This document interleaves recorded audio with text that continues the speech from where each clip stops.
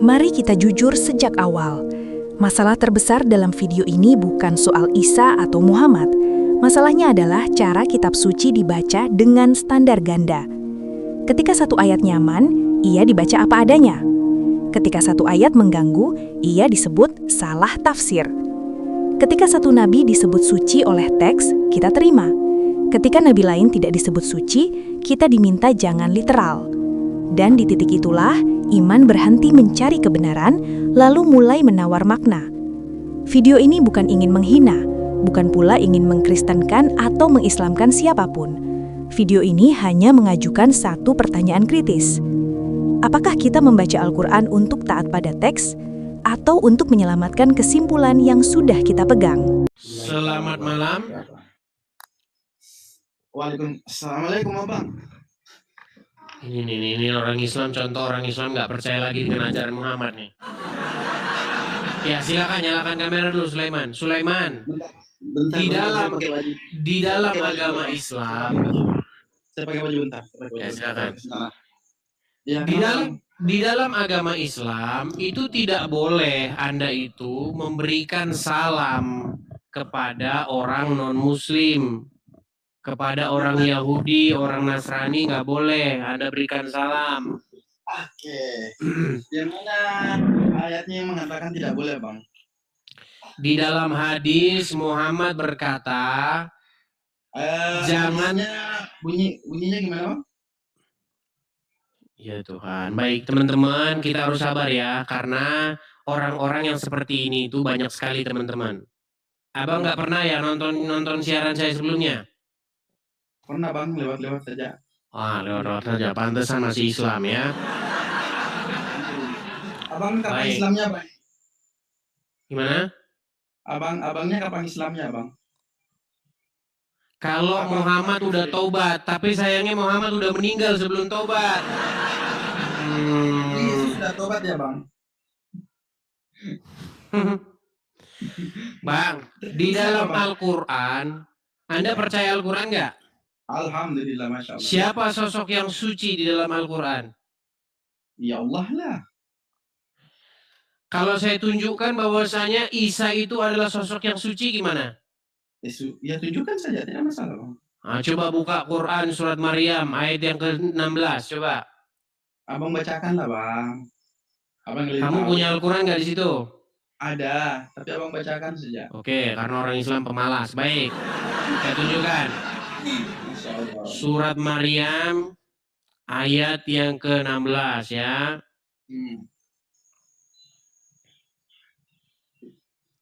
Bagaimana Anda katakan suruh bertaubat sementara sosok yang suci dikatakan? Aduh, baik. Saya bacakan ya, Quran surat Maryam ayat yang ke-17.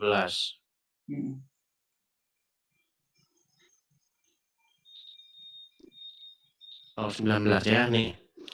Saya balikkan dulu. 19, Bang. 17 Ya, Bang. coba kamu baca ini. Kelihatan? Qala innama ana rasulu rabbiki lil kulaman zakiyah. Artinya? Iya, Jibril berkata, orang utusan.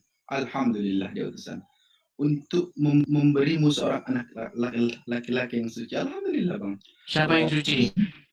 Ya, Yesus. Nah, kamu kenapa kamu suruh bertobat orang suci, kok suruh kamu tobat gimana? Orang Yesusnya Islam? Gimana sih? Yang saya tanya sama kamu, betul nggak di sini bahwasanya sosok Yesus dikatakan di dalam Al-Quran adalah orang yang suci? Ya, alhamdulillah. Kalau bagi abang itu. Terus Muhammad suci juga. Mana ayatnya?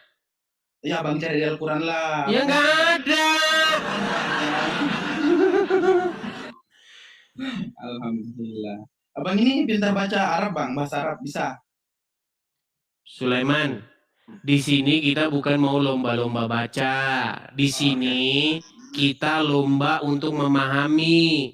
Di dalam Al-Quran, Muhammad itu disebutkan sebagai sosok yang pendosa, mata duitan. Jadi kalau di Sesatnya. kalau di Alkitabnya Kristen itu sudah bagus gitu ya Bang. Bang, coba Tuhan Yesus sendiri di dalam Injil berkata, siapa di antara kalian yang bisa membuktikan bahwa saya berbuat dosa? Gak ada. Nggak ada Bang. Masya Allah. Apakah data yang abang pegang tentang valid tentang baginda Rasulullah Nabi Muhammad Sallallahu Alaihi Wasallam itu sudah valid, Bang? Al-Quran menyebutkan bahwa Muhammad itu satu sesat, dua mata duitan. Ayat mana Bang? Jangan asal cakap Bang. Ayat Oke. mana? Baik. Dalam oke. Saya tunjukkan. Kalau saya ngomong saya tunjukkan. Ya. Allah. Di dalam surat Ad-Duha, ya, saya tunjukkan ya. Oh, dia tidak ngerti ayat Quran. Baca aja Bang. Baik, kita tunjukkan. Nah, lagi saya tunggu abang. Abang saya bilang tunjukkan. Makanya saya tunggu abang. Baik. Di dalam surat Ad-Duha kita bacakan ya. Ad-Duha. Oke. Turun aja sih. Oke.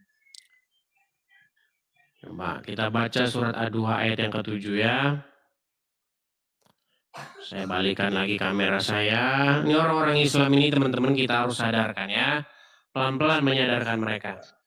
Dan dia coba baca. Wa wajadaka, baca. Dan dia wa wajadaka dan fahada. Apa arti dolan? Dia Arti dolan apa? Fahada. Apa artinya Bang? Dolan itu artinya sesat. Dan dia mendapatimu sebagai, ini terjemahannya dibikin bingung, padahal aslinya sesat ya. Jadi dolan artinya sesat itu kalimat abang sendiri atau ada datanya Abang? Oke, sekarang oke. Gitu loh. Kamu membaca surat Al-Fatihah nggak? Baca. Oke, walad dolin. Tahu apa arti walad dolin? Apa artinya Bang? Kenapa Abang lebih tahu? Dari tadi kamu ya udah kamu di bawah sana. Tidur saja di bawah sana tidur. Ya silakan. Kan nggak tahunya. Kan sudah saya bilang. Tidak ada orang Islam yang percaya isi Al-Quran. Nggak ada. Kalau ada orang Islam yang percaya isi Al-Quran, saya terjun dari Monas. Udah dibilang, nggak ada yang percaya. Mereka itu nggak percaya. Al-Quran mengatakan Muhammad sesat. Mereka nggak percaya. Ya. Al-Quran menyatakan Muhammad mata duitan, orang Islam nggak percaya. Yang orang Islam percaya itu kebalikan isi Al-Quran. Kebalikannya. Video perdebatan ini pada dasarnya tidak sedang membahas soal iman secara umum. Ia sedang membongkar sesuatu yang jauh lebih sensitif. Standar ganda dalam membaca teks suci, khususnya ketika konsep kesucian dipertaruhkan. Pertanyaan pembuka Edis TV sebenarnya sederhana, hampir naif. Apakah Anda percaya Al-Quran dan siapa yang suci di dalamnya? Jawaban awal yang muncul, Allah, tentu tidak mengejutkan. Tetapi justru di titik itulah perdebatan mulai menemukan ketegangannya. Sebab, pertanyaan itu tidak berhenti pada Tuhan, melainkan berlanjut pada manusia yang disebut suci oleh teks itu sendiri. Ketika Isa disebut, situasinya berubah drastis. Ketika Edis TV mengutip surah Maryam ayat 19 yang berbicara tentang Hulaman Zakia, seorang anak laki-laki yang suci. Bukan suci karena prestasi moral di kemudian hari, melainkan suci sejak pemberian ilahi. Dan lawan bicaranya tidak menolak itu. Ia mengakui Isa itu suci. Bahkan, ia menambahkan satu klaim yang sering terdengar. Yesus itu Islam. Namun disinilah persoalan serius muncul. Jika Isa diakui suci, maka pertanyaan logis berikutnya tidak bisa dihindari. Untuk apa pertobatan bagi yang suci? Jika kesucian Isa diakui sebagai sesuatu yang melekat, maka konsep dosa personal sebagaimana dipahami secara umum tidak lagi relevan baginya. Pertanyaan ini bukan jebakan retoris, ia adalah konsekuensi logis dari pengakuan itu sendiri. Masalahnya, diskusi tidak berhenti di Isa, ia justru bergerak ke titik yang lebih rawan, yaitu Muhammad. Ketika ditanya apakah Muhammad suci, jawaban yang diberikan adalah iya. Namun, berbeda dengan Isa, tidak satupun ayat mampu dikutip sebagai dasar eksplisit. Disinilah ketimpangan itu menjadi terang benderang.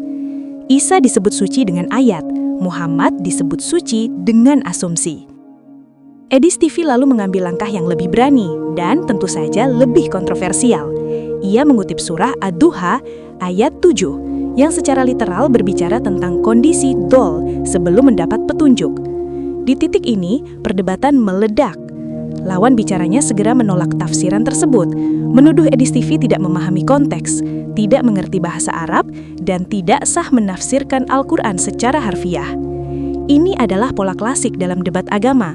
Ketika teks menjadi tidak nyaman, makna literal segera dinegosiasikan.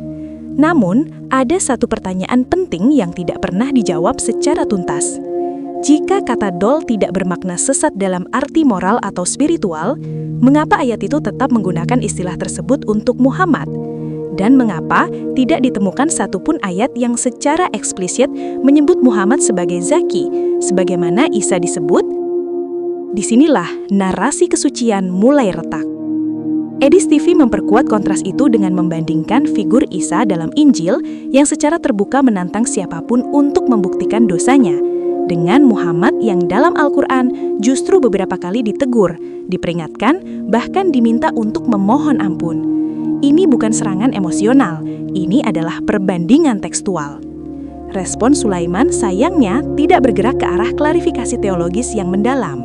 Ia lebih memilih mempertanyakan validitas data dan menuduh ketidaktahuan tanpa benar-benar menjawab inti persoalan. Mengapa standar kesucian diterapkan berbeda? Jika Isa boleh disebut suci karena ayat menyatakan demikian, mengapa Muhammad tidak diukur dengan standar yang sama? Jika ayat tentang Isa dibaca apa adanya, mengapa ayat tentang Muhammad harus selalu dikontekstualkan? Disinilah debat ini menemukan maknanya yang paling tajam. Ini bukan sekedar soal siapa nabi yang lebih suci. Ini soal kejujuran hermeneutik. Apakah teks dibaca untuk dicari kebenarannya atau untuk dipertahankan kesimpulan yang sudah ditentukan sebelumnya? Perdebatan ini memperlihatkan satu hal yang jarang diakui secara terbuka, bahwa iman seringkali lebih nyaman dengan kesimpulan daripada dengan pertanyaan. Dan ketika pertanyaan itu menyentuh figur sentral, reaksi defensif segera menggantikan dialog. Akhirnya, video ini bukan hanya memperdebatkan Isa atau Muhammad, ia sedang menguji integritas pembacaan kitab suci itu sendiri. Apakah kita berani membiarkan teks berbicara, even ketika ia mengguncangkan keyakinan kita? Atau kita hanya mengizinkannya berbicara sejauh ia menguatkan posisi kita? Dan mungkin pertanyaan yang paling tidak nyaman dari semua ini adalah apakah kita sedang membela Tuhan atau hanya sedang melindungi tafsir yang kita warisi. Terima kasih telah menyaksikan tayangan video ini. Jangan lupa subscribe, like, komen, dan share video ini. Sampai ketemu lagi di video berikutnya. Tuhan Yesus memberkati Anda semua.